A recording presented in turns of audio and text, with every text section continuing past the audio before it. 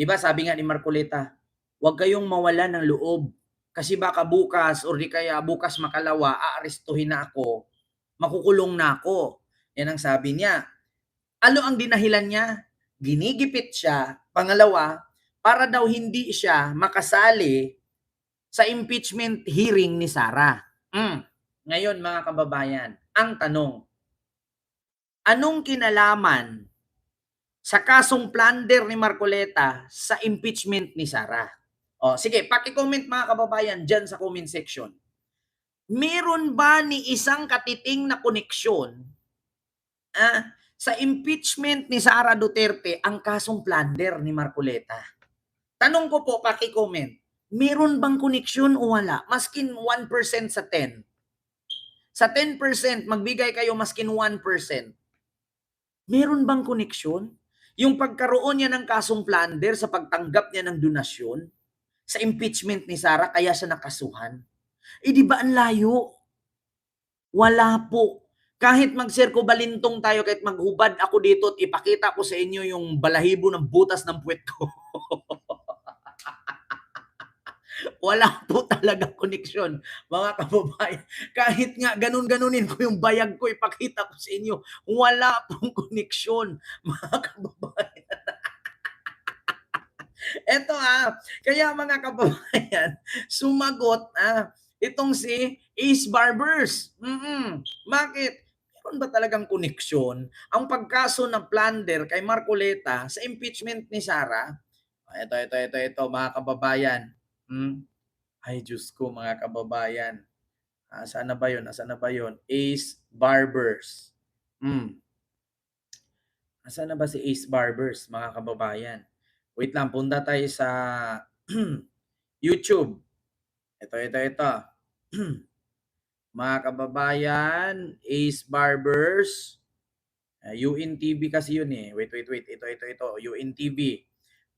Kaya sabi nga ni Ace Barbers, mga kababayan, paano nangyari na may koneksyon si Marcoleta sa kasong plunder dito sa impeachment ni Sara? Una, hindi naman si Marcoleta staff ni Sara. Pangalawa, hindi naman siya parte ng OBP. Ito. Bro, the level just started. May ads lang, mga kababayan. I gotta take these guys out and build this crossbow tower as fast. Walang kinalaman ang issue ng impeachment trial kay Vice President Sara Duterte sa plano ng Office of the Ombudsman na sampahan ng kasong plunder Senador Rodante Marcoleta. Ito ang tugon ni House Impeachment Trial spokesperson at advisor Robert Ace Barbers matapos ng pinakahuling pahayag ng senador kaugnay ng issue. Ang isa pa pong inaasahan nila ay hindi na po ako makakasali doon sa impeachment proceedings na nakatakda pong magsimula sa susunod na linggo. I respect his opinion on this issue. But this has nothing to do with the impeachment. Yung kasong kakaharapin o ipapataw sa kanya ay sa aking paniwala personally na walang kinalaman dito sa usapin ng impeachment. Naniniwala rin si Barbers, tila may pagtatangkang i-divert ang issue. This is probably a strategy, both legal and maybe a diversionary strategy. Samantala, panawagan naman ng isa pang House Impeachment Trial spokesperson na sila Lanao del Sur First District Representative Sia Alonto Adjong hayaang umusad ang dalawang legal proceedings.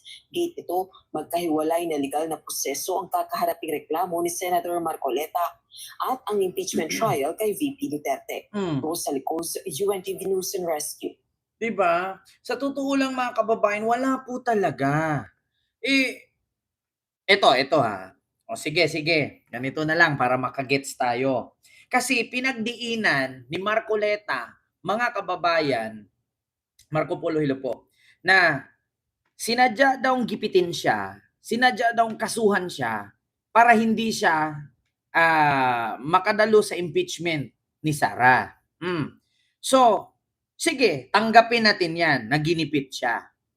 Ang tanong, isa ba siya sa naabutan? Isa pa siya sa naabutan ng confidential fund.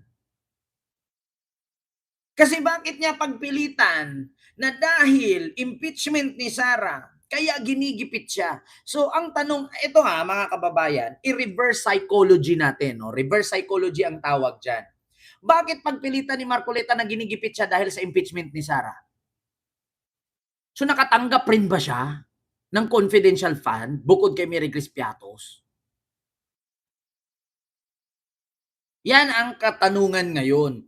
Bakit mo pagpilitan na kaya ka ginigipit sa para hindi ka makasali sa impeachment? So nakatanggap ka rin ba?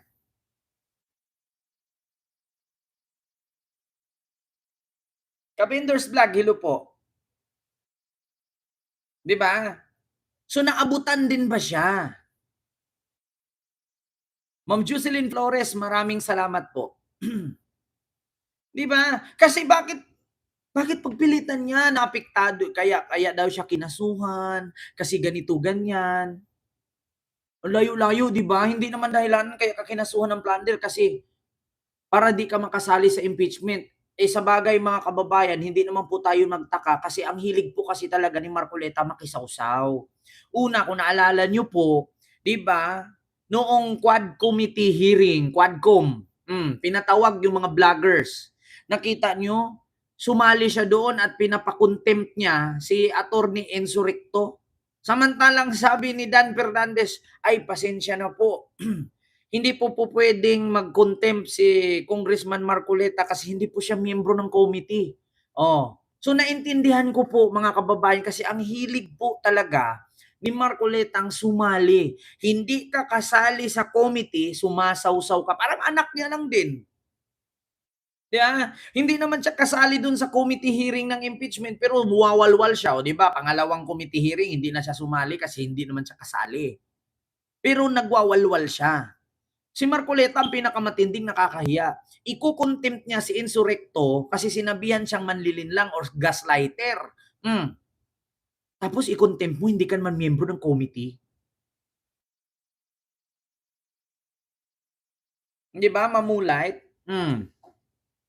Biruin nyo hindi ka miyembro ng committee, tapos sasawsaw ka, tapos ang lakas ng loob mo mag-contempt. I-contempt kita kasi hindi ka nagsuri sa akin. Wow! Ang galing! Ano ka, anak ng Diyos? Diba? Yung anak niya ganun din. Tapos, imbis na tapos na yung hearing, aba, yung anak niya sumausaw pa dun. Tapos sinabihan na ngayon ni Jinky Luistro yung ibang kongresista na, ay hindi po pwedeng ganyan. Hindi po pwedeng ganun. May limitasyon po tayo. Hindi po pwedeng ganyan na mag-name-drop tayo. Aba, yung anak, inulit lahat yung tanong ni Jokno, yung tanong ni Lima. Di ba? Hindi nakikinig. Tsaka nagtataka lang talaga ako mga kababayan.